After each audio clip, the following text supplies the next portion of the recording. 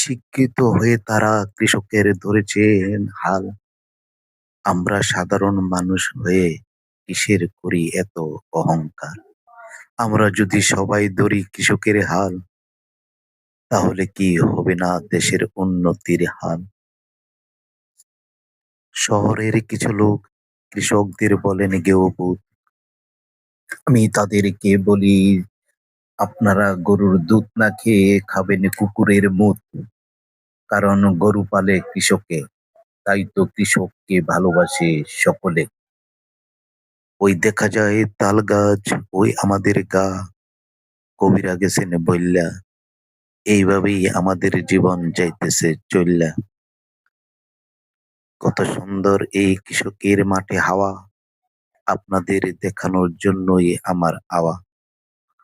আমার এই ভিডিওটা যদি আপনাদের ভালো লাগে,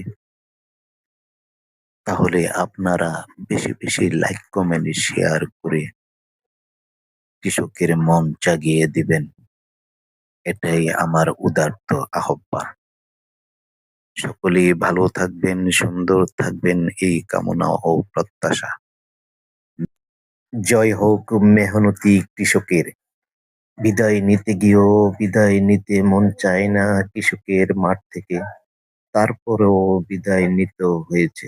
ধন্যবাদ সবাইকে।